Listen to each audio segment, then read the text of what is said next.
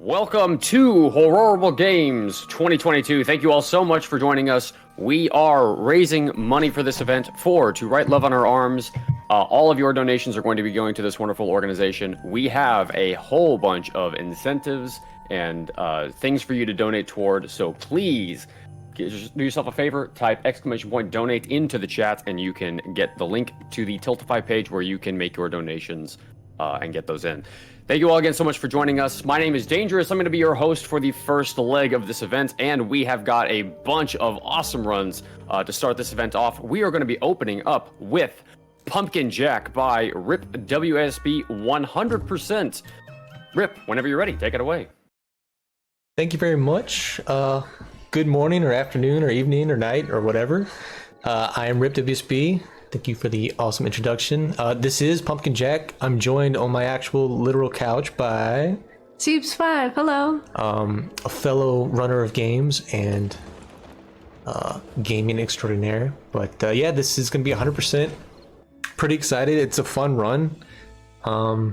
It's pretty casual as far as the speed run goes, so it's not too crazy. It's still got some really interesting stuff, but it's kind of comfy just collecting all these things. So we can just go ahead and get into it. If we are ready, I'll do a little countdown for the time. And we'll start at 5. So 5, 4, 3, 2, 1, go. Let's go. Good luck. Thank you. So yeah, Pumpkin Jack is the character here. Once upon a time in the skip the intro story, but basically the kingdom that we are being sent to, everything's all fine and dandy and peachy. The humans are living like perfect little lives, and the devil gets bored, so he's like, I'm gonna cause some chaos and just screw everybody up. So he puts a curse on the land called the Curse of the Eternal Night, and raises a bunch of monsters to attack all the humans. And in doing so, the humans fight back. They don't give up like he was kind of thinking they would. And so they have a champion of their own, this really strong wizard. So they're using the wizard to try and find a way to stop the curse. And so we are the devil's equivalent of the wizard. So it's basically who's gonna win? Is it gonna be Jack or is it gonna be the wizard? And we are trying to win for the side of evil. So yeah, that's how this marathon's gonna start. We're gonna go backward and try and get that skull. So yeah, 100%. We're gonna collect 20 of these little crow skulls per level, and then also there's a gramophone in each level. So we'll get to watch Jack do a little dance. It's great. Which is pretty much the reason I started to learn the run, is because of the dance.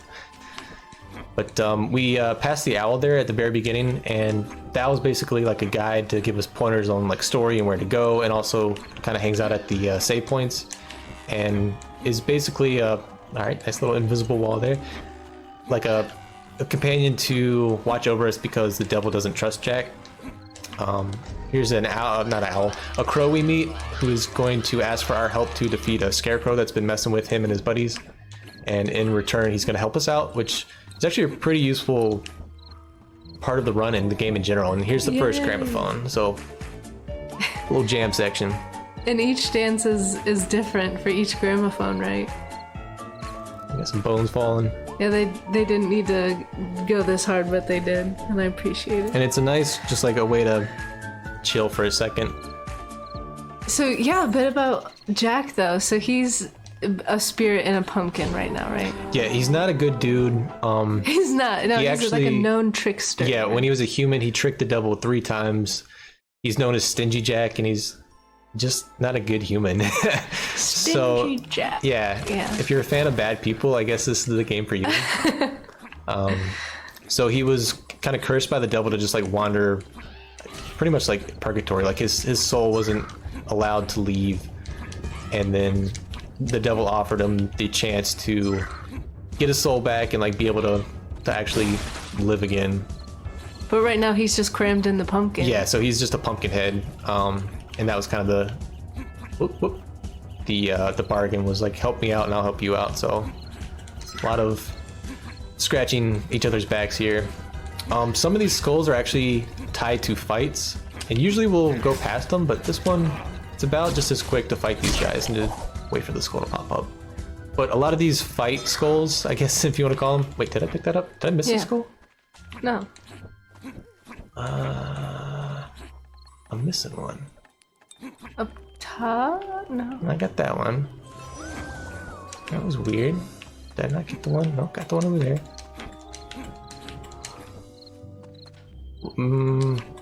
We'll restart the level when this is done. I think I'm supposed to have 8 by now, so that's a little weird. But yeah. What were we talking about? Oh yeah, how Jack's just a pumpkin. Yeah. Yeah, and how he Oh, I know what I missed. has this opportunity to get his redemption in a way. Redemption for an evil dude, though. Yeah. So there is that. I don't know. I think it's kind of an interesting twist on the usual game where you play as the hero, the champion of the people. You know, I think most games you'd be playing as the wizard, but this time you get to play as Pumpkin Jack, which is cool. I think they really ramp up how cool enemies are just in this game entirely. Yeah, I really enjoyed the just the overall kind of aesthetic of the game. Yeah. Basically made by one dude who just wanted to make a game. He kind of like learned how to develop and pretty much took it on himself over, I think, a span of like 3 or 4 years. A French developer named Nicolas Messonnier, probably screwed up his last name, but yeah, this is just like a passion project of his. He got some people to help out along the way, but for the most part, it was just that one dude. We play a lot of those types of games. We enjoy them, but this one is, I think, really excellent. It's really fun. So besides just the normal platforming through the levels, you have these little mini games that you play where Jack, since he's just like a soul trapped in this pumpkin, he can detach himself from the body. Right. And can move around. So this is also just Jack. Yeah. Luckily, we don't have to do a lot of these. This is actually the only one we'll do throughout the game. I think each level has 2 of these per level. And some of them can get kind of complex or annoying depending on how you look at it. So it's kind of nice to just skip past these later on. And then through here, we're just gonna take a little detour up the netting if we can get it. This one's a little tricky with the where you need to be. There we go. So a lot of those like celebrations, like after the gramophone and after solving that puzzle, there's the neon yellow bats, which I just love that idea. Like little flourishes here and there. Yeah. It's not your regular old drab black bat. Got a few skulls in the barn to pick up. Yeah, the only problem with the 100% is if you miss a skull, you're kind of screwed. So I'm gonna circle back at the end of the level and pick that guy up.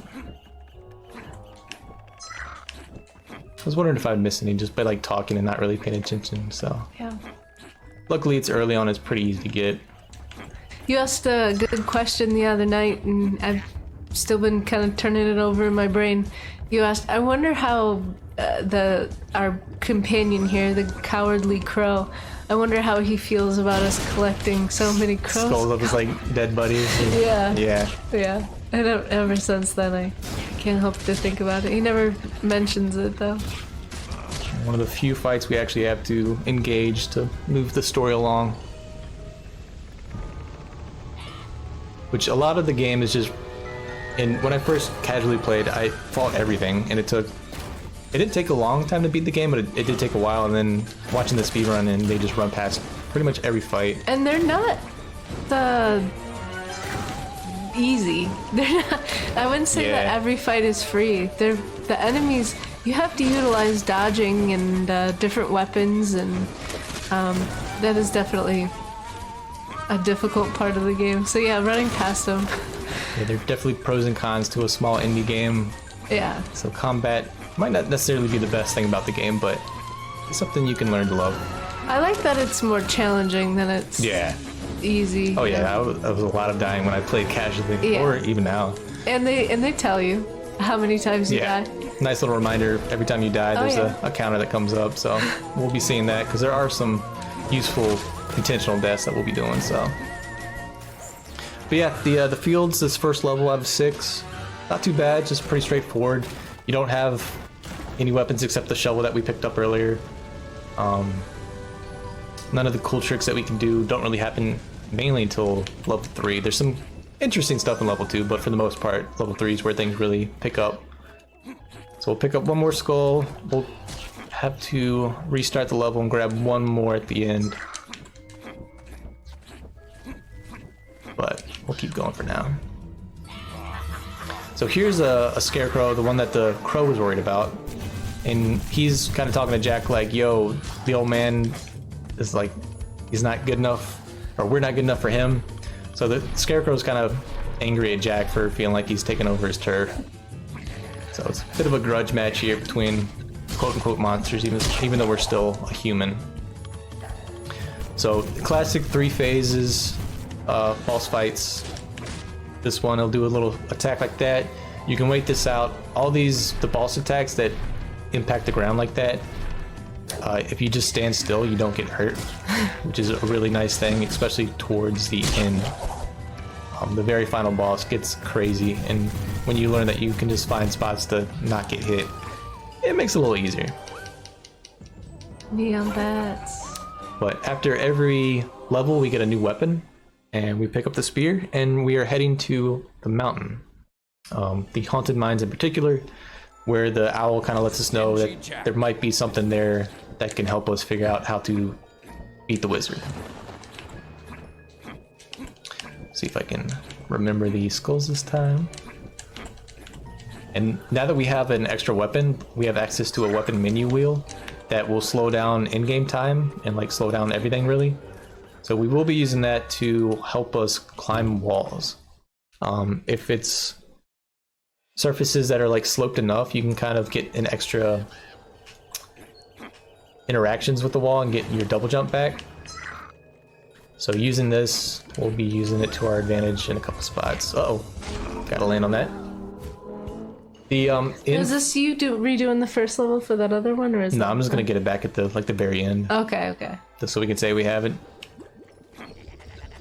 Because you gotta like restart the level, probably watch the little cutscene again. So yeah. I don't want to crash the game either. Yeah. For some reason on console, oh come on, buddy.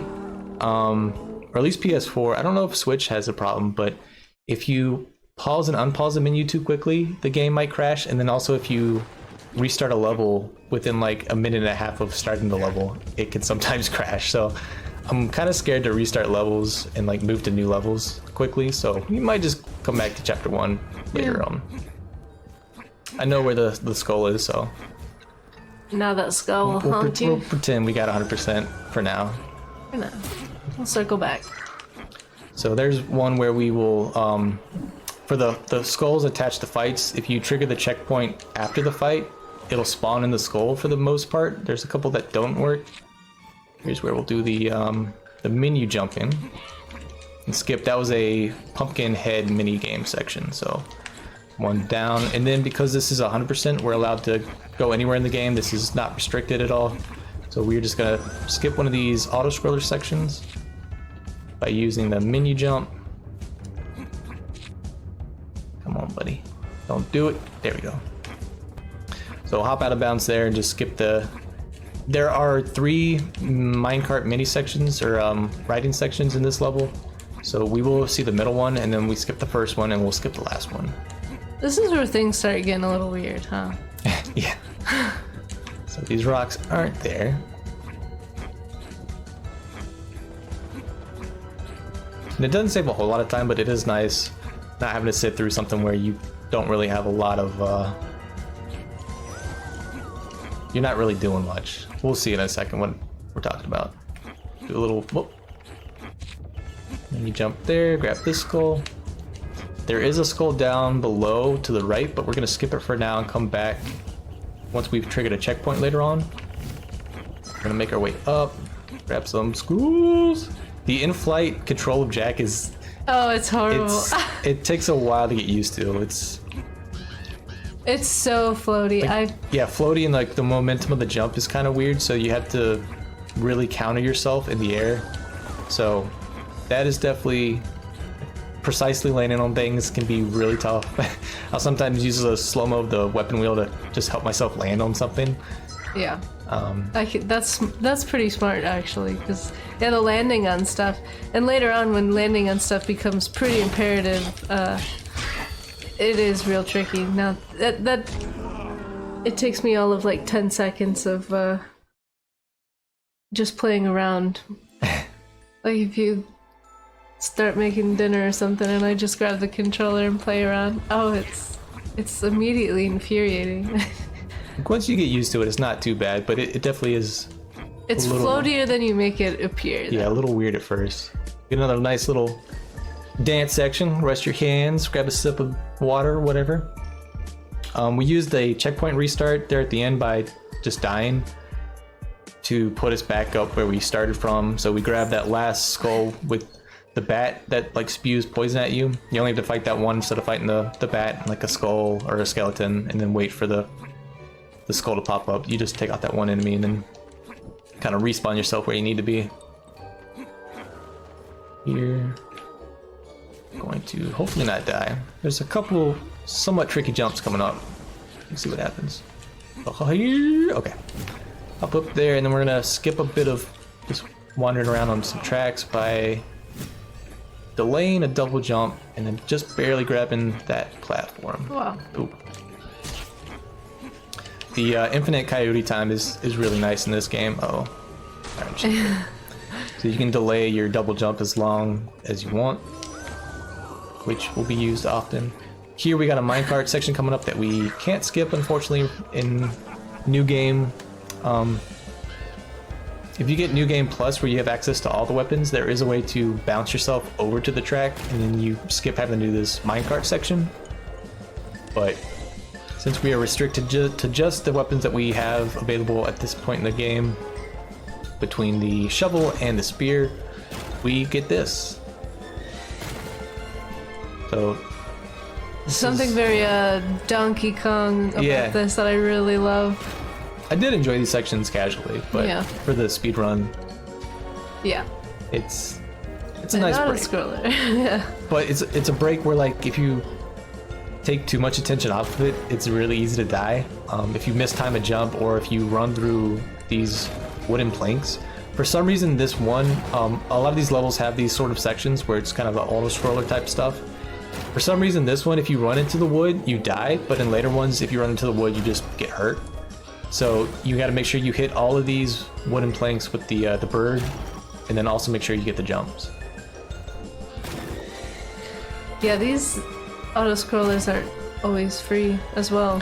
Yeah, sometimes I'll go to hit the jump and it doesn't jump, and then it's like, oh, there goes that 40 seconds. You like to play these fun games where you're like, yeah, just try this out. And yeah. I end up just getting mad at how surprisingly difficult it is. Luckily, that's the only one for this level that we have to do. We are slowly but surely making our way up the mountain. We do have a skull that we will fight these guys for. So take out the two bats and these little pile of skulls in the middle. And then this one pops up. Yep, there we go. Jump, there we go. Tough stuff, that little ledge. We'll see if we can... Okay, I'm just gonna... You can skip this little interaction with the boss that we don't actually fight by landing on top of that ladder and just jumping off, but I'm not gonna spend like 3 minutes trying to get on top of a ladder. Here I'm gonna reload a checkpoint because sometimes this one doesn't spawn in for some reason. And basically we just turn around and pick up that skull there instead of fighting all those guys. Do we have time for a donation? You love... Oh yeah, we do. Awesome. We got a $20 donation from Nastani that says, PJ is a dope speed game. Super hyped to watch Rip tear this hundo run apart. Nice. It was extremely difficult for me to read because my main speed game is Doom, so when I see Rip and Tear, that's my brain immediately goes to that. So I saw Rip Tear, and my brain just like shut off a little bit. That donation, by the way, went to the Scorn speedrun to save Podman, much to my chagrin, because unfortunately I'm the one doing that speedrun, so we're going to have to save Steve during that run. And just as a reminder to everybody else, we also have other incentives for you to donate toward. The upcoming one is going to be Resident Evil Remake, the costume choice for Jill. If you want to choose between casual, army, BSAA, or stars outfits, you can get your donations in for that and choose the outfit for that run. There we go. Nice. Thank you. Thank you for donating. Thank you for just tuning in. If that. Thank you for people that are running later on. Looking forward to some good runs. Really enjoy this marathon in particular, but most marathons just in general. But this one in particular, for sure. All right, so we got all. Let me make sure I got them all this time. There we go. Got them all. So instead of fighting the boss and taking the last minecart, we're just gonna be doing a little platforming and then hoping for some menu jumps to work. This one's a bit tricky. We'll see what happens. Kind of sucks for real time because the in-game time obviously slows with the game itself, so it's great for runs, but I guess for marathons not necessarily quite as interesting. But we're going to be trying to get some more menu jumps right in this corner. Please work. Please work. All right, don't work. That's cool. We'll do the backup where we hopefully land on a platform and then turn around. I'm gonna do this in slow motion because I'm scared, and then hopefully get back to where we need to be and get the double jump. There we go. Nice. So here we can just kind of jump through the rocks and talk to the owl at the very end of the level, skip the boss fight, which is just before this point, and then this is the tablet at the end of the mountain that the owl was talking about, that supposedly has the power at the bottom. And there's an amulet down there that the wizard, he's kind of beaten us to and has grabbed it. But we get this magic sword that's like, I like how you're evil and violent. Let's team up and I'll teach you how to be more evil and violent. Yeah. Yeah, the sword watches you fight the boss even though it didn't, and it lies. But the whole point is it's like, I can get down with that and help you out. But yeah, the in-game time slowing down with the menu is pretty nice, and it keeps everybody on the same playing field. The timer in general is really helpful in this game. I'd be using the slowdown feature even if it didn't slow in-game time, but because it does. I mean, I guess technically you could do that the whole run and have like a 4-hour time. That's a pretty good time, but I don't know if anybody's crazy enough to do that yet. But we, the owl senses some like magical power coming from the swamp, so that is why we are here. And along with the sword, we're gonna start implementing the lamp boost. So it's basically attacking the lamp and destroying it, and the lamp kind of wiggles when they get broken. And so if you're on top of the lamp, it kind of just yeets you off. Yeah, before, you know, running through rocks and some of these other things that seem solid. That's fun, but this is where it just gets wacky. Yeah, there's a lot more freedom to do different movement. Yeah. And this is where runs can diverge and strats can change depending on either what you're comfortable with or what you want to try for. All with the goal of just collect the things quickly. Yeah. And here we're going to take a respawn back at the start of this fight instead of kind of jumping back between the boats. Just a quality of life thing. Again, not probably best for the marathon since really it just affects endgame, but it's hard to go against kind of what you've gotten used to. Yeah, there we go. A little lamp boost that not necessarily is needed, but I think they're just fun to do. Do we ever get to see that guy? He's cool. I like him. The merchant there, yeah. We do interact with them in 100%. In the usual kind of any percent games, we don't. He's fun. There's a couple sections where we actually have to go fetch some stuff for him because we have to collect some skulls in the areas. Yeah, the swamp is the longest level by a long shot, even on just the any percent. And the oh, please go. I didn't. There's where you hit the sword attack button and nothing happens, so we'll just do it the old casual way. But the swamp is like the only level in the unrestricted category that just completely goes out of bounds everywhere, that you actually pretty much do the whole level. Oh, I hate this. Okay, it worked. That's a bit of a sketchy lamp boost, trying just to skip a jump that is even harder than that lamp boost, so that works out. But yeah, the unrestricted category is you go out of bounds like pretty much at the beginning of every level and then go straight to the boss, except for the swamp. Oh no. So it's just a funny little game. The swamp. The swamp. Here we'll do a lamp boost just for some fun. Now, Here's the merchant. So you can destroy the lamp, and if you destroy the lamp, then no lamp boost, right? Yeah, you either have to take a death and like respawn the lamp or just carry on. So you're hitting it, but you don't want to destroy it too soon. Yeah, and there's like different weapons kind of do different damage on the lamps. The sword, it'll take like 2 regular hits. If you do a double jump and then an attack, you get this really cool looking sword hit. I'll do it right here when we get control. Like that, but it immediately takes out a lamp. Oh, so yeah. like if you're trying to land on a lamp and you accidentally double jump and then attack for some reason, then yeah, There goes your lamp. that lamp is gone. Yeah. But later on, there's different weapons that you could do like a double jump attack and actually get boosted off the lamp. Oh. There's a runner who it's more of an individual level runner, but does a lot of really cool strats and glitches called BT, and he does a double jump attack into lamps and gets boosted, and it's pretty slick looking. That's awesome. But he's also found some really cool tricks that we'll be trying on later on in the run as well. Here, we talked to that was close, the merchant, and he's like, yo, me and my wife, my witch wife, are big fans of yours. They, I guess, like bad people. And he's like, we're trying to make a stew, and we need some mushrooms, so could you go grab those for us? And in return, like, the witch will help out and give us some information on the wizard, potentially. And Jack, being just kind of a Jack, he kind of likes the idea that he's got fans to begin with, so he's like, sure, I'll help out, I guess. So by getting him the mushroom, we get access to his horse. And this is the Swamp's version of the auto-scroller section. Yeah.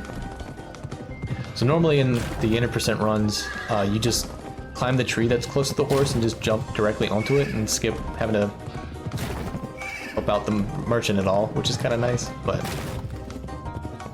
since we do have skulls, and there's 2 sections where we have to do the merchant kind of like side quest and grab the mushroom, so The magical green mushroom? yeah. Now and, you're riding the magical green mushroom horse? Yeah. Okay. And then the second section, we grab a skull, and then we also find the gramophone, so Oh, okay. We get to see the mushroom-induced dance. yeah. I wish it did, yeah, like more to it. Just a psychedelic groove or something. But we get our classical music aided horse ride through the swamp.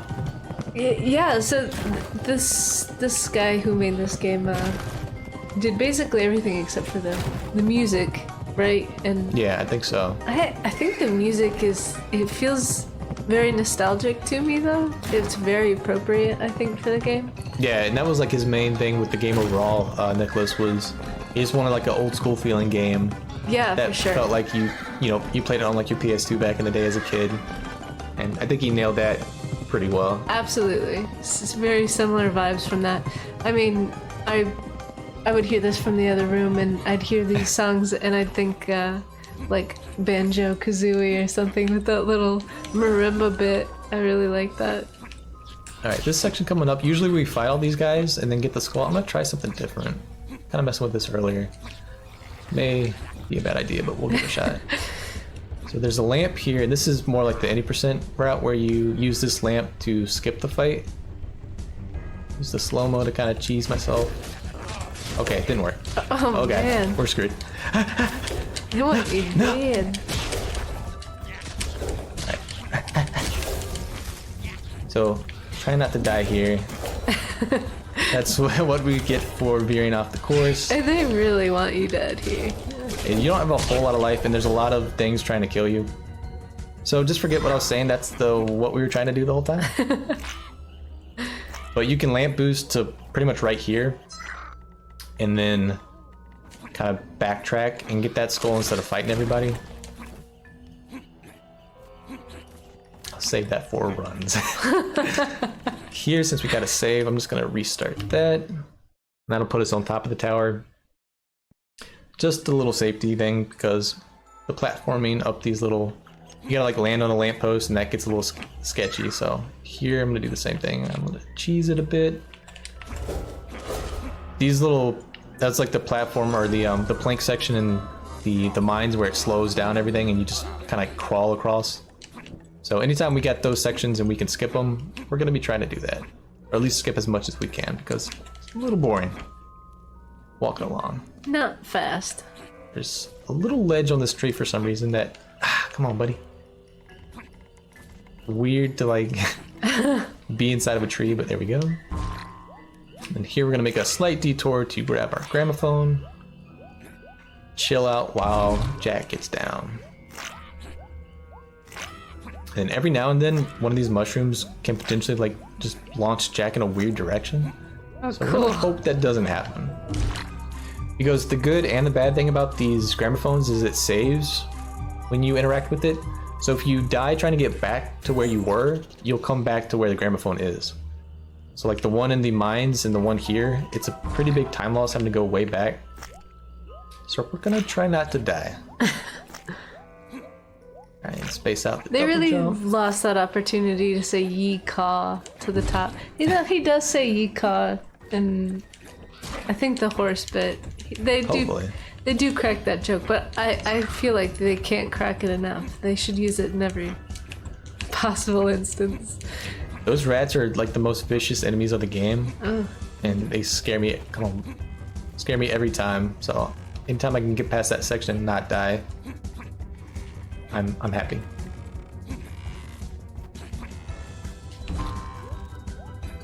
So we got our skull coming up, and then we can get out of this section. We'll grab the mushroom and move on with the story. Here we're just gonna kind of jump across and then grab that guy. And then also another thing on PlayStation, at least, I'm not sure if it's a console specific thing, but the game lags for like a little tiny second every time you get to a save point. Oh, And for save points that happen like in the middle of a jump, it can be a little sketchy. So that's something to look out for if you ever want to play either casually or run it on a PlayStation. Just a heads up. that is a thing. Yeah. It's like just enough that if it happens right when you input a jump, you don't get that jump. Yeah, there it goes. And then you just, I mean, you get the save point, so you just come right back to where you were, but You still get that. Yeah. Yeah. and the frustration of the game just Yeah. breaking you in return for breaking it. But the we have the second of 3 horse rides. Oh, sweet. We gotta hydrate. Oh yeah. See if I can do this without dying. I believe in you. Oh. Don't jump. I don't know why that happened. Okay. Alright, luckily we can go through the wood. That was a full-on hydrate there. So yeah, again, for some reason past the mines you can just run through the wood panels on these sections and don't die. You do take some damage. But if though. you do run into like the side walls, that's a restart. That's a mini GG. Actually, I'm gonna get some health back just in case. All right, so we got this section. We're gonna ignore these guys. Oh yeah, those cauldrons, the Yeah, you primordial can- ooze. You can save the game as well as restore your health. So we will use those occasionally. I'm gonna run past these fights because, like the crow, we are cowards, and because we don't have to. We're bigger than that. And then grab that one. We'll do a restart to get us back across the water, and then we have 2 more in this level. I think we'll actually grab them all this time Okay, good. instead of the first level, That's alright. which we should have time. Oh, thank you, Jack, for grabbing that. Should have time at the end to go back in chapter 1 and officially have 100% instead of kind of faking it. I have faith. We got a sketchy jump. So you just have to go and grab that one, right? Yeah. And you can just yeet your way over there. So we'll still like call time when the game is officially over, but I'm gonna go back and get that skull because it's gonna bug me. So, or we can call time when we get the skull. Either way, depending on what we're looking time was. If we gotta do the 100% on our own, we will, just to prove that we can. Oh, but yeah, we have this boat section now. So another reason why the swamp takes so long is beyond the horse riding sections, we have these boat sections. So this is kind of the game's equivalent of like Caron and the River Styx. Unfortunately, this ferryman's kind of annoying, and he's gonna make us jump ship. We gotta fight enemies. He's gonna do a barrel roll with the ship. Oh yeah, he does. So, like the horse riding section, it's not just a given. You still got to interact a little bit, but unfortunately, it is kind of slow. So a bit of a breather. We got a little barrel roll coming up here, which it probably shouldn't be, but it's terrifying because I feel like I'm gonna miss time to jump and die. And of course, it happens one time, and then you're terrified of it for forevermore. So one missed like double jump, landing in the water and having to do this whole section over again was enough to be like, all right, we gotta figure out a safer way to do this.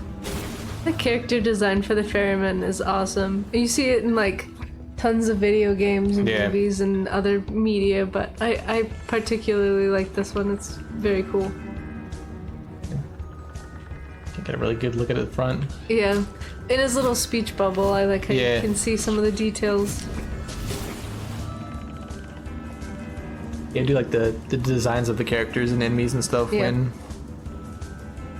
you get to like see them in the on like the corner there. Look really neat. Oh, I forgot there's a almost forgot to jump. So we have some more little ghost skulls, skeleton guys coming at us. Luckily they're pretty easy to take care of. More of just a nuisance than any real threat. It is kind of intimidating. It looks like a lot. Yeah, and then when you get this like little archer guy further on, I think I got pretty close to dying there a lot casually. The auto scroller sections casually actually gave me a bit of trouble. I don't know why. There's one at the end of this level where it's the horse riding, but there's like a little added element to it, and that one, it took me a while to get used to it. Even for like runs, it took a few runs before I was confident in not dying. You'll have to do the tunnel one, right? Tunnel one. With the cows or something in it? It's like a big vortex. The wizard. Oh, like the portal? Yeah. Yeah, that's at the last level. Oh, that one's so hard. It took me... Yeah, I guess if you don't know the trick, I just circle around like the edge, but we'll get to it. No, I was legit trying to like dodge it. I guess you can. I don't know. No, it took me. Yeah. I think more than 5 tries. Yeah, so there are some difficult auto scroller type sections for sure. Here we got a spooky little maze where the crows kind of let you know which way not to go. I'm gonna try and not screw up. You kind of cut some corners, but some corners will cut you, which I found out recently. I tried to jump over this group of trees right ahead, and it killed me, so I'm gonna go around them this time. So you never really know. Kind of gotta just try stuff, and if you die, don't go that way in the future. If you don't, it's okay. So there is a skull back there tied to all those guys, but we are going to quadruple jump past that and come back. Do we have time for a donation? We do. Awesome. We got a $15 donation from Garlips that says, GL runners, GL organizers, here's to a great event for a great cause. Also, hooray for merchants. And this is the part where I have to actually change how I deliver this, so give me a second. Stranger. Now that's a donation. That was good. Well, thank you. Yes, and just as a reminder to everybody, all of your donations do go to Right Love on Our Arms. They're a nonprofit movement dedicated to presenting hope and finding help for people struggling with depression, addiction, self-injury, and suicide. To Right Love on Our Arms exists to encourage, inform, inspire, and also to invest directly into treatment and recovery. And we still have donations, we still have incentives open for your donations to go toward, and there are also prizes for any donations that you give. A $10 minimum donation can get you entered to either a Riser Games giveaway or a New Blood Interactive Games giveaway. $10 donation for both of those, so be sure to get your donations in if you'd like a chance to win one of those prizes. Nice. Thank you for that. Thank you for the donation. So yeah, this is the kind of enhanced horse riding section where, surprise, surprise, the witch and the merchant, not really great people. So along with needing mushrooms for the soup, they also needed some pumpkin, and they yoinked Jack's head. So now we get to chase after him, try and get our head back, and fight the witch and merchant as the final boss, basically. The crow is kind of taking over Jack's body. So if you're wondering how that's kind of moving on its own, it's because the crow is somehow in control. I'm not really sure how, but I'm not going to question it. Well, I mean, how's a pumpkin in control? That's a good point. Yeah. Good point. So yeah, kind of dodging these little energy balls that the witch is shooting at us is what really messed me up on my first few playthroughs. And then like not jumping into the wall trying to avoid them. But luckily we get our health refilled before the boss fight, which is right at the end of this. And this will be the first and only boss fight where RNG does kind of come into play. There's this weird tree with a bunch of eyes on it that we have to take out the eyes, and the witch will be throwing green potions at us, and also red ones that we can't really do much with. So we need them to throw the green potions. There we go, not too bad. At good spots where we can hopefully hit 2 eyes with 1. Hopefully not get too many. Oh, nice. Red potions. See if we can get. Oh, I didn't think that was gonna hit. Then the last pair of eyes are fortunately pretty far apart. You can sometimes get both with 1, but not often the case. And then in between that section, you get these little tree roots that pop up. 6 total, along with the ones that rotate and just do damage. So you take out these, avoid the ones in the middle, and then we'll do the eyes again. Now the merchant's gonna, okay, so the red ones will hurt you and just not help out at all. And now the merchant's gonna be attacking us as well. So there's a bunch to dodge, plus trying to hit these potions. Not gonna get to. With some relative accuracy. So this fight is great, but also not great at the same time. It's a good change from just kind of attack, stand still, where you actually are doing a lot more.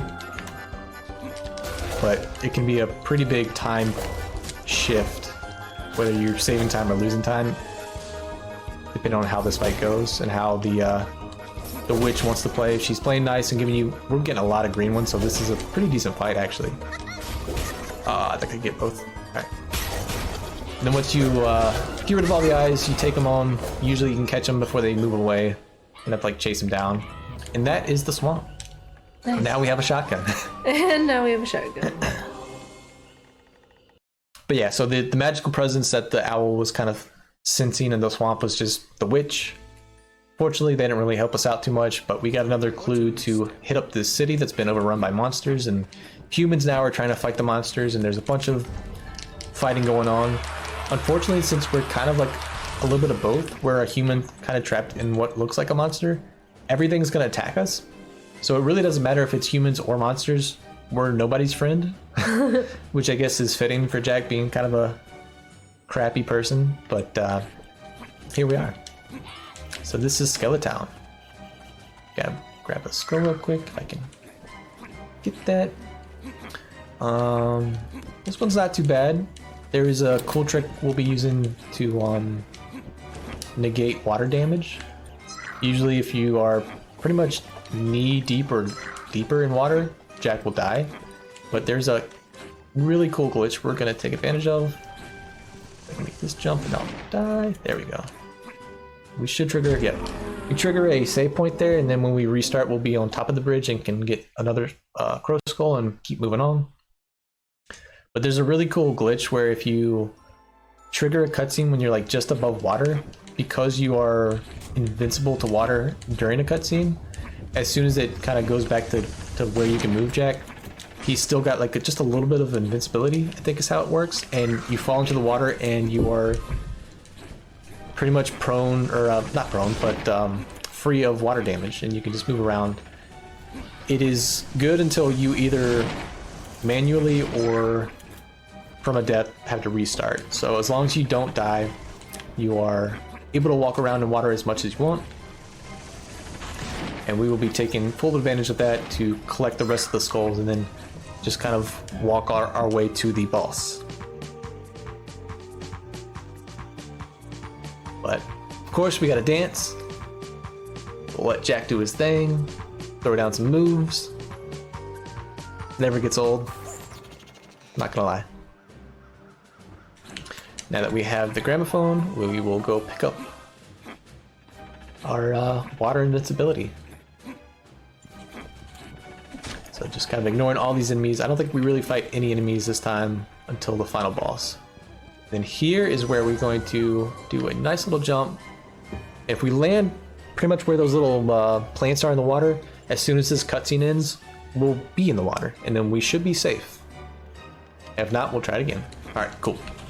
So here, we just gotta make sure we don't die for the rest of this level. That is a key part to this whole glitch. And run, pretty much. So hopefully that guy doesn't take us out, because that would be a big problem. So we make our way over to this skull, and then we gotta make our way back. I'm gonna hide behind these boxes just in case.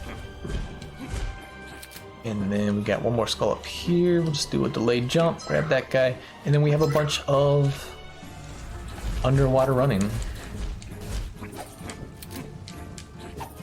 Using the spear to kind of hopefully speed things up a little bit, but there's only so much you can do.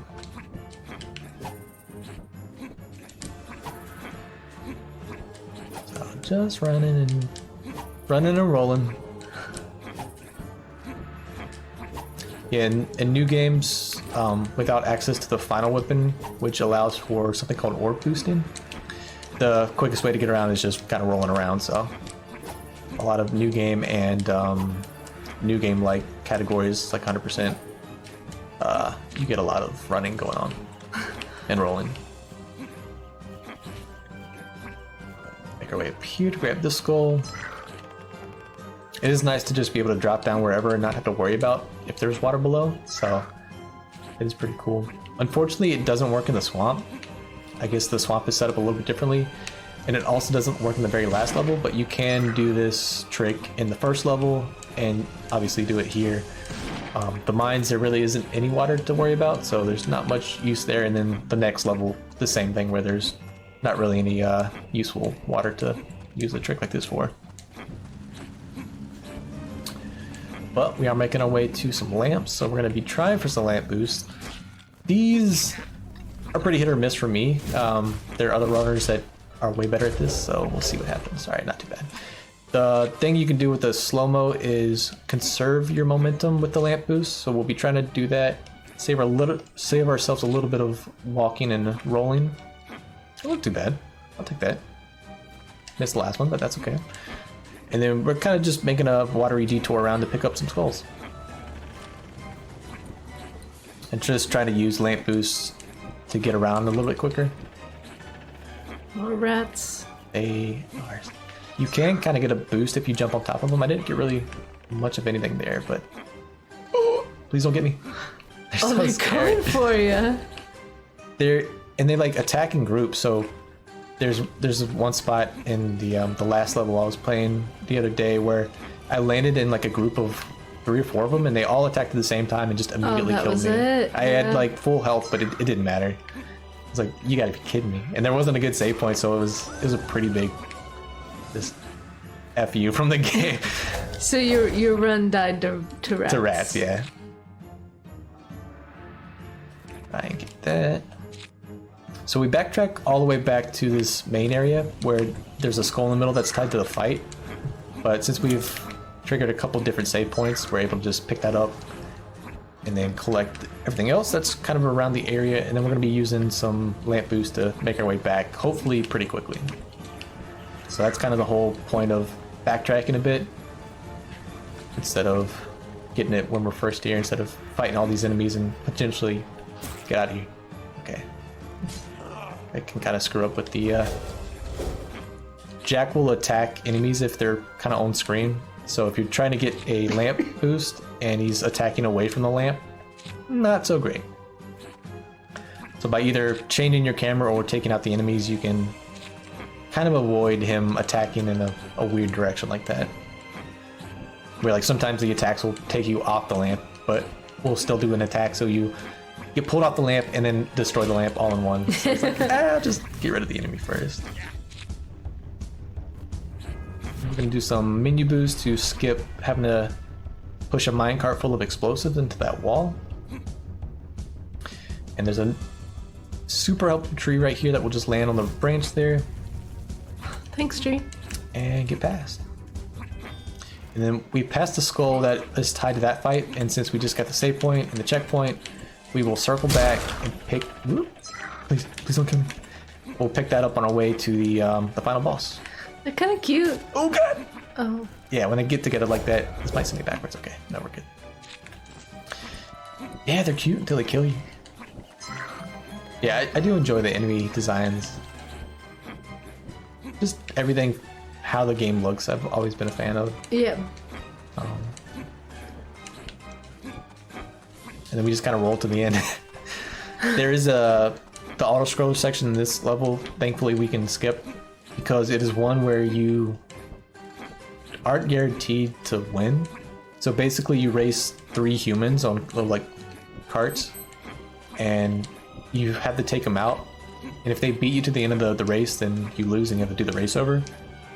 So there is a small chance that you can lose to these guys, and it's pretty infuriating. It's like if you don't take out them enough, because they take like 5 or 6 hits each before they stop kind of reappearing. So if for some reason you get stuck and you don't take them all out, and you happen to get behind one at the very end, that's it. Have fun racing them again. So by going out of bounds and kind of rolling to the end, we skip having to do that. So thank you, Out of Bounds, being allowed in this category. But that brings us to the big monster in the center of town where all the humans are trying to get to. Our big guy Dor here, D-H-O-R, which is a skull like hanging from a lamp post basically. I love that. That's great. I think you're able to double attack and then not get hit by the set. Oh, no, didn't work. I shouldn't try that either. So that was something new that I kind of accidentally triggered yesterday, but I guess it's more to it than just double jumping and attacking. So this might be a little sketchy for the rest of the fight, because I need to know. So kids, don't try that at home. Doesn't always work. Oh, that's not good. I'm gonna get some help. There you go. So you kind of bait him over here. Try not to take some damage. As I take some damage. Luckily, again, like as long as he's not hammering you with his hammer, then you don't take a damage from his area attack by just staying still. Where am I? This is not where I need to be. Oh. This is something you can do if you get stuck when you don't want to be. Just kind of jump around. He's going to go back over here where I should have been. And we're going to go over there. Alright, this is going to be a sketchy fight for this, the rest of this. So, if you're taking notes on how to do this run, stop right now. Go somewhere else for a little bit and we'll reconvene in about 2 minutes. Alright, we should be good. It's a little safe. So he has a set pattern on when he'll like attack and what attacks. Oh, I screwed up that pattern. What attacks he'll do. Ah, yep. Will we take it out? Oh.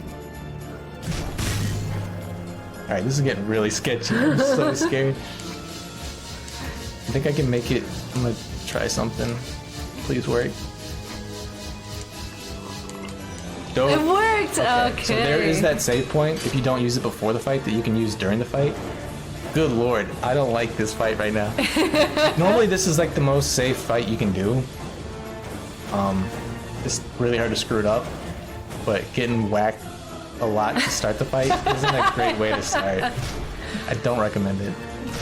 A lot more stressful this way. But this should be the fight. We'll get one more phase where we have to lure him to this human tower. He'll take out the tower and then take out himself, basically. Good lord, that was stressful. Okay. Glad we didn't have to restart. I'm just gonna stand here and not get hit. That was Okay. as close as it gets. So if you're taking notes, this is where you kind of start back and we'll try and get going. But that is door and that is Skeleton. We grab our next weapon, the scythe, and we're gonna head to the a cemetery.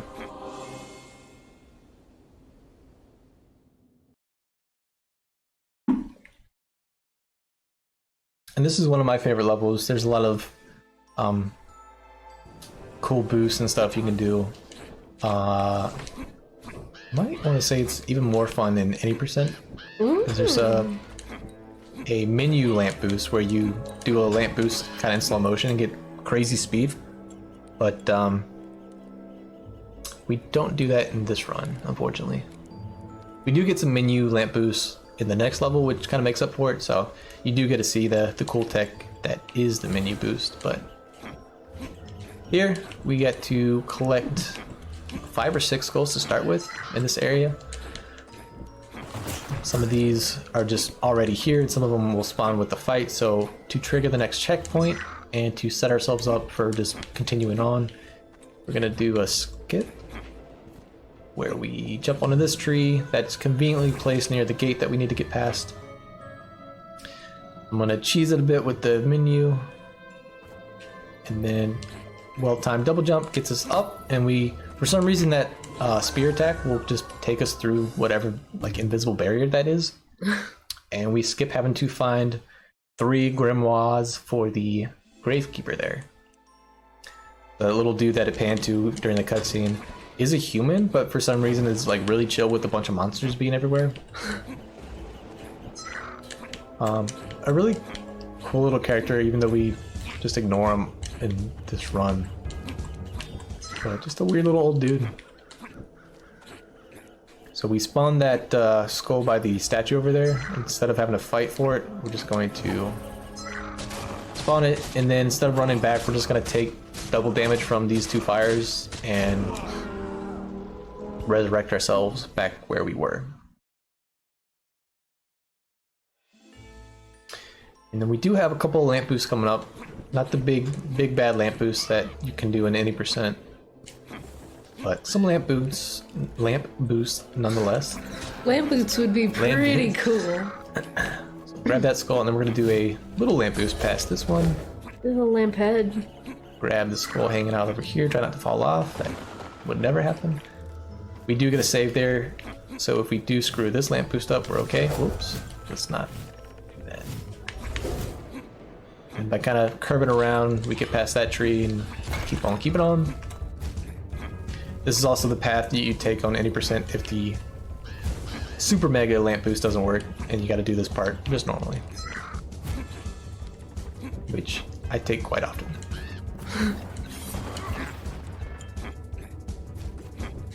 But we do have one little auto scroller section in this level, and that is coming up.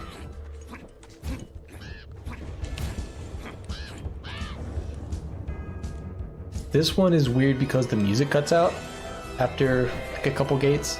So for most of this part, it's just going to be the sounds of Jack hitting the iron gates because I'm not going to open them for him. Or my favorite is open the gate and then just run through the side. And we should have enough health to do all of these. Although with how the run's been going, maybe I shouldn't be pushing it. So we'll open the gate and then just take Jack through the side to show him who's boss.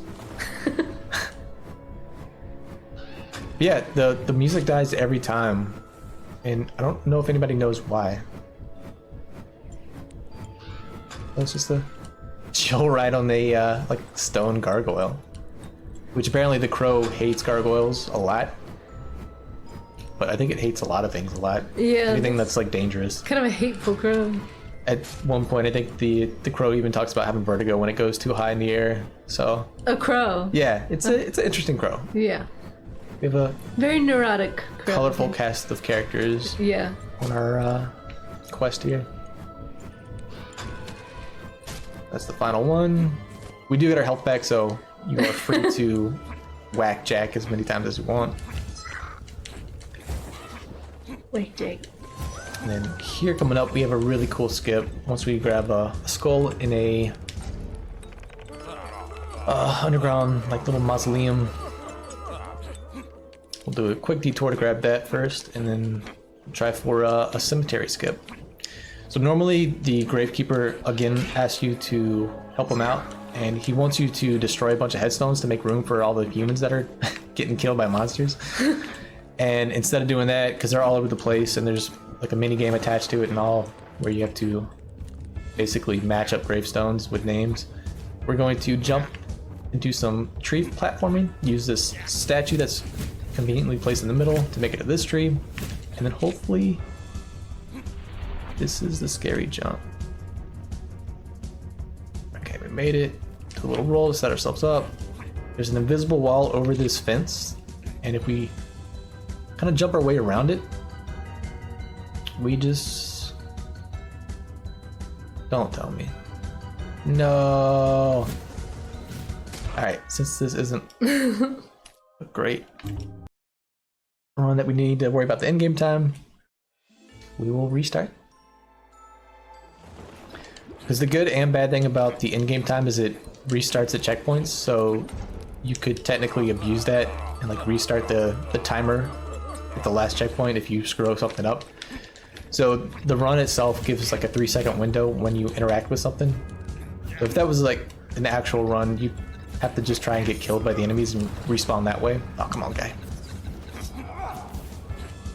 This is one of those tricks, at least for me, where when it works, it's without a hitch, and then when it doesn't work, it's going to be a little bit of a struggle bus for a couple attempts, potentially. That might be too far. Come on, Jack. Get high enough. Come back. Alright, take two. Yeah, there we go. Let's see if this works. So you gotta kind of jump at this particular angle. Am I gonna miss it again? Yeah. Okay. Well, like you said. Yeah, this is not the spot I would thought would have some issues, but third time's a charm, maybe. But luckily, restarting the checkpoint, you still keep all your skulls and whatever you've unlocked at that point, along with the death restart, so it's a great thing for 100%, obviously, as you take a lot of intentional deaths to get yourself back in better position. This is also why there's a hour-and-a-half time estimate. Right, yeah. In case something like this happens. Plan Alright. for that. Like, I think I need to just jump further to the left at the very end, maybe. It's kind of to tell when the things you're trying to get around are invisible. So It does make it a little trickier. try and go left a bit more, and then jump and go right. There we go. Okay. Good lord, I was scared. You were. So we can trigger the next checkpoint there and get ourselves back in bounds and carry on.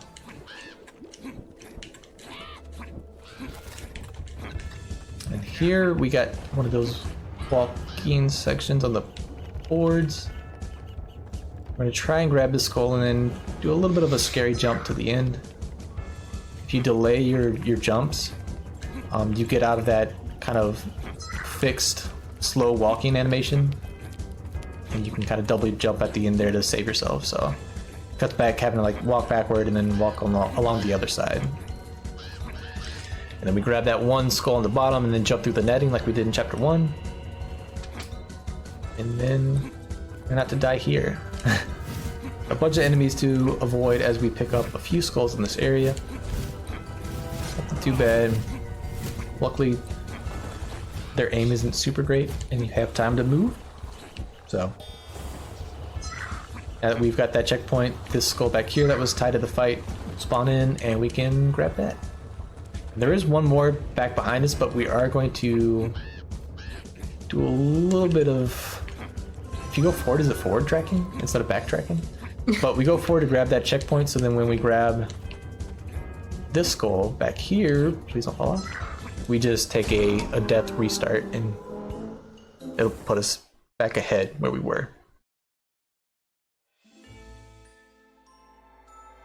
So it'll be up front, and there's this big church, and there's a character called the Architect inside, which is like one of the devil's top guys that can make stuff and do cool things. He's gonna tell Jack that he just saw the wizard come through and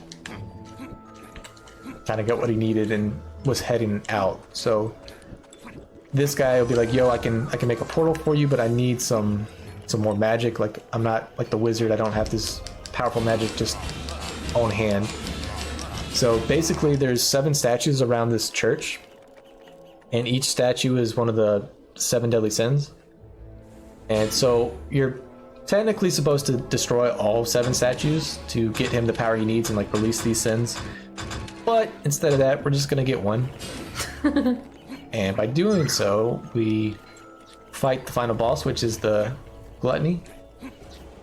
And usually when you get all the other 6, the final sin, Gluttony, will be in the middle, and he's like the boss fight. So instead of doing that, we're just going to kind of drop in on one. And luckily there's a convenient lamppost up here that we can just whoop. So we just like drop immediately into this boss fight. This one's pretty comfy. He's got the big area attack that you just stand still for. Kind of double jump to miss his fork swipes, and then he tries to stab you. Oh, I see you over there. Trying to hide. There is a small chance for a soft lock in this boss. I don't know what causes it, so I'm just gonna be trying to play it safe, but this would be the run for it.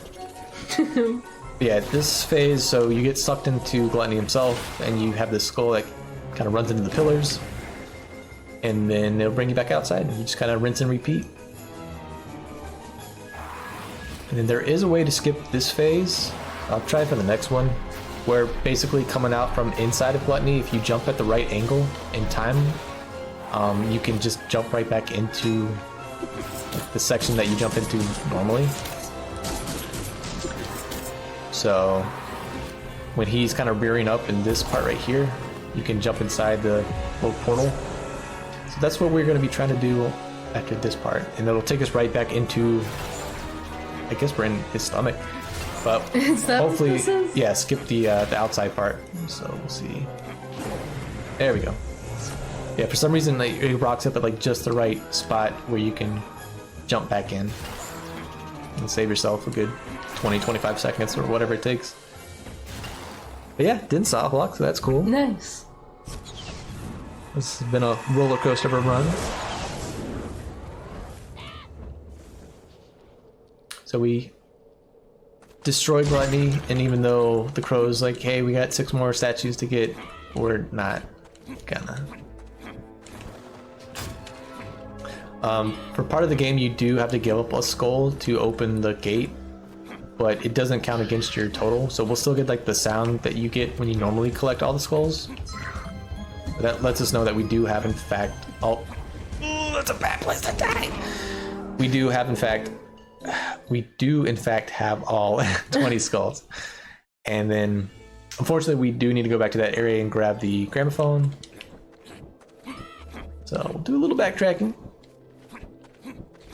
And for some reason this one, even though there's a save point at the gramophone, I don't know if it's tied to the boss fight save point, like once you beat the boss, but we can die after this gramophone and be taken back to where we just spawned from. So it saves us from having to like walk back. Normally you would have to walk all this to get back to where you were.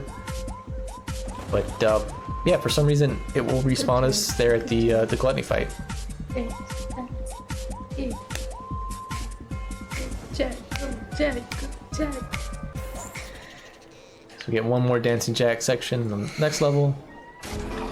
take our unusual respawn. Watch it be like the one time where it doesn't work. Right. Please. This would be run. Alright, we're Okay. good. And then that will wrap up the cemetery, and then we have one more level. One more boss, one more gramophone, and 20 more skulls, plus the one in chapter 1. So now he's got all the power, even though we only took out one statue.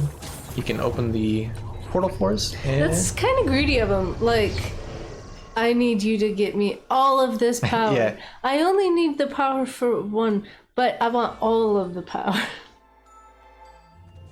The final leg of the But he helps out the devil, so what can you do?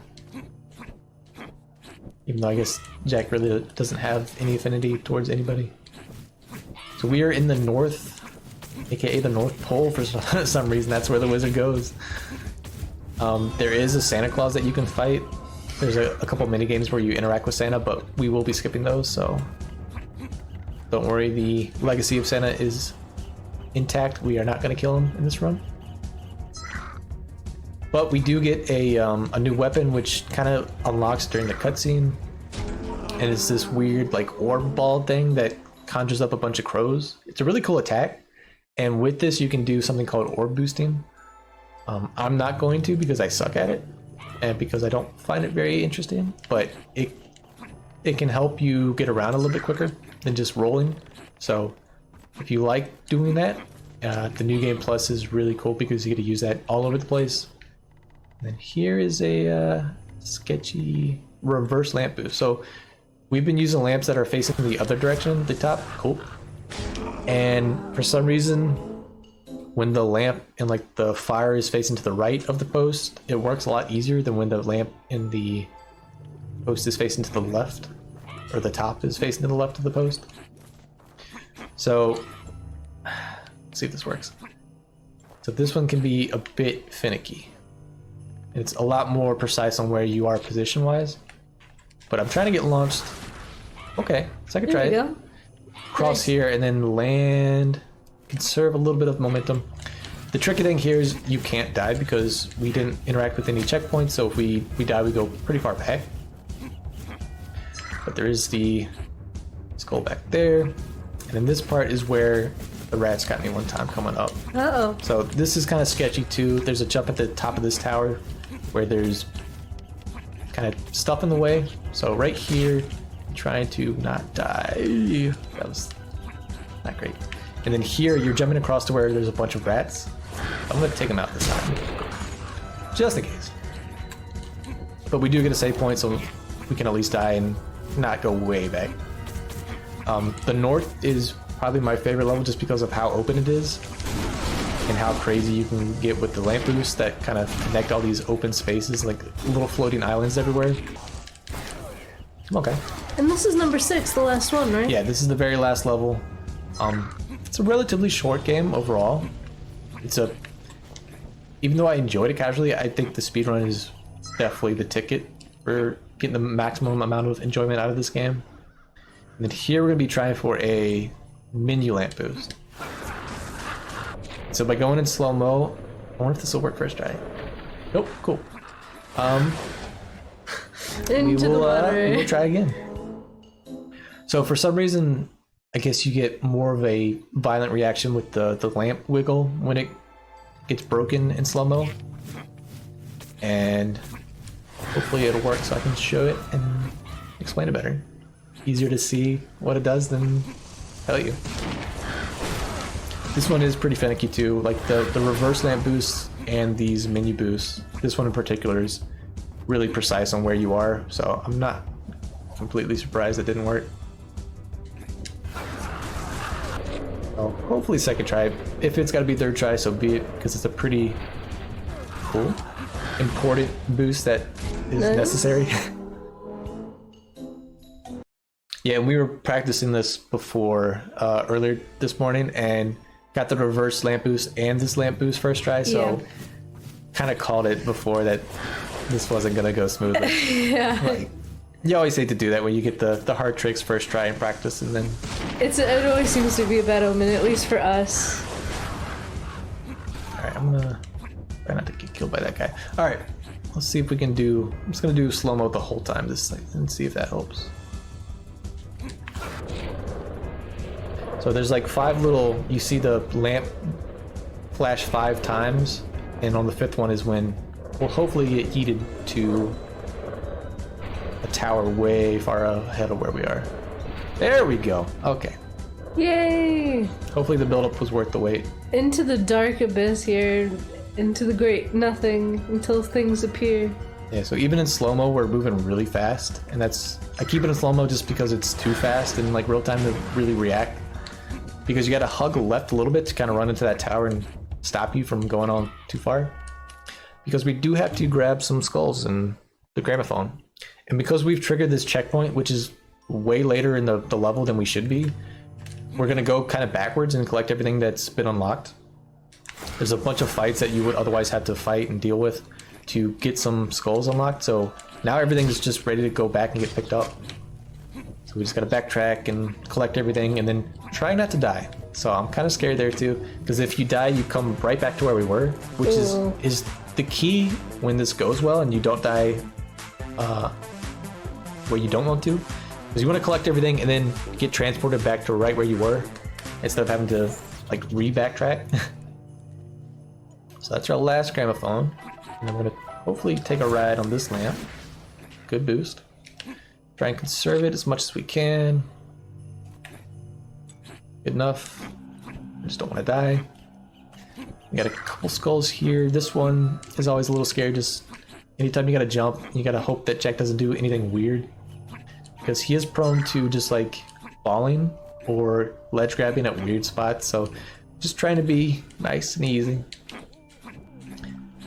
And then we got this one over here. I'm not gonna roll on the ice just in case.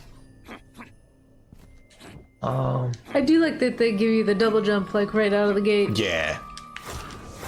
Little lamp boost is to cover some ground. Then we got a couple more skulls before we're going to take the intentional death and warp all the way back to where we were. And conserve a little bit. This one's a little scary too because it doesn't look like you're going to make this jump. But you do go far enough. Alright.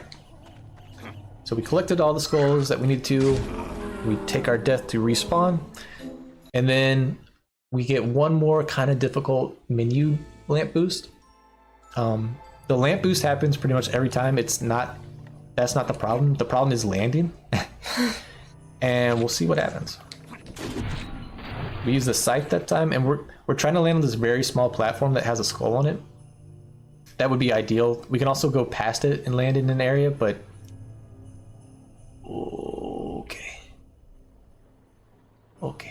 okay. Nice with the ledge grab. Okay, there so we we go. got that one first try, so that's nice. Oh, Yeah, and then you try not get to die. destroyed. So that was all right. That worked out. So that was cool. And this is the portal that you were talking about Oh earlier. yeah, this is Where it just kind of like circling around. So this is the final level's equivalent of the auto scroller, where you have deceptively hard. to avoid all this debris, and then take out the skeletons as they come at you. I think I said cows, but I was confusing it with Earthworm Jim. That would be a cool little like surprise if they just threw a random cow at you. This looks so much like Earthworm Jim though. Which I love. But I sucked at it then too. Yeah, that was a hard game. That was a hard game. You did get some like quips with the wizard throughout the run. The wizard's basically trying to watch Jack and learn from him. Kind of treats him like a science experiment. Yeah, like how Jack is more concerned with power and evilness. Yeah. The wizard's just really all about science and like learning and Yeah, I wouldn't say he's very great at being the humans champion, you know? Yeah. Not a lot of empathy. so all around good characters. Did we get everything that we needed to? We need 2 more. Yeah, we're good. So there's another little pumpkin minigame section that we're gonna skip, as well as get the final 2 skulls before the final portal. So we get another little auto scroller section. This kind of scary jump, which is good. And then that will take us to the final boss. So here, that's where you usually go in and you'll have a little mini game where you interact with Santa Claus. But instead, We're just going to just jump over that. bye. So we got all our skulls, minus the one in chapter 1. One final chat with the owl. And then this is the portal that will take us to the wizard for final showdown.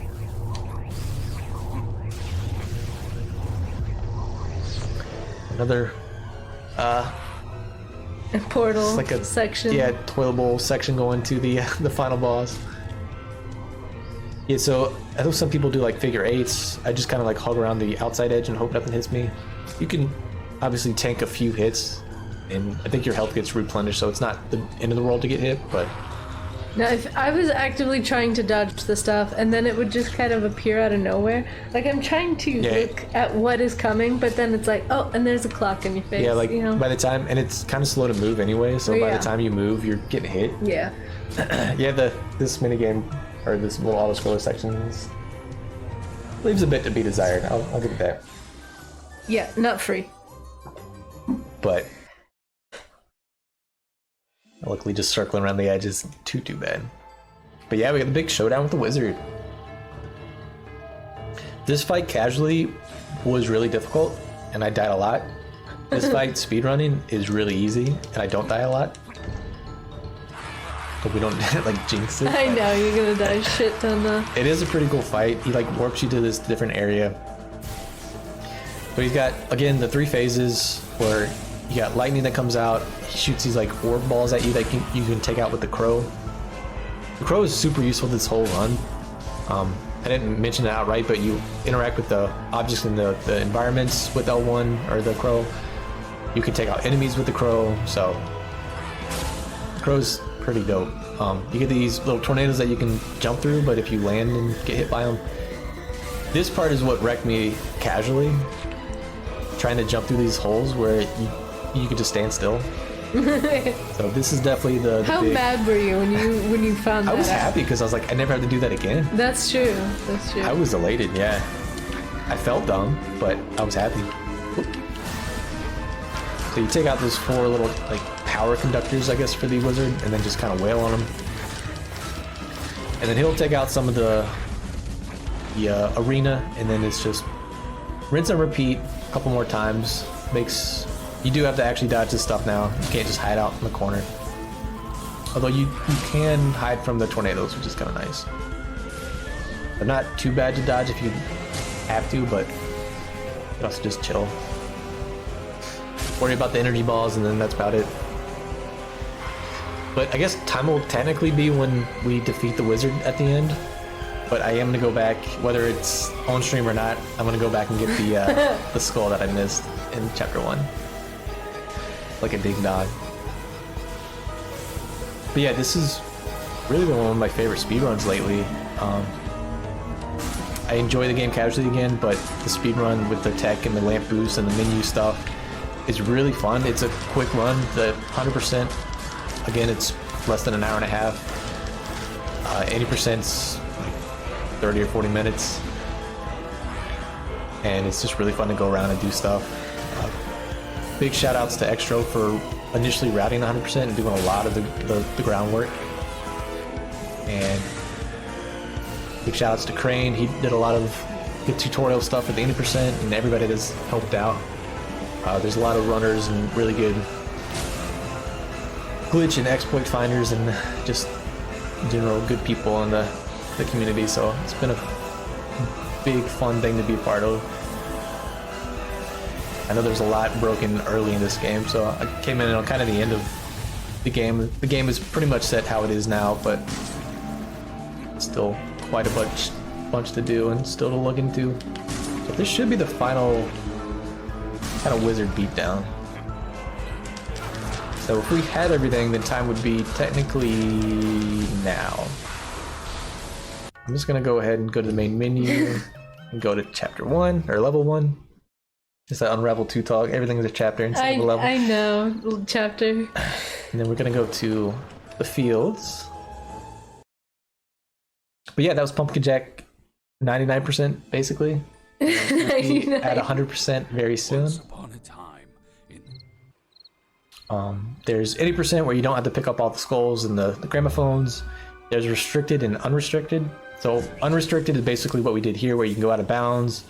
Restricted is it's kind of hard to define what is out of bounds because a lot of these areas are so easily accessible. So now you get to see we have all the powers. So this is kind of like the New Game Plus type of setup. But the restricted is more of try and play as much as the level as you can.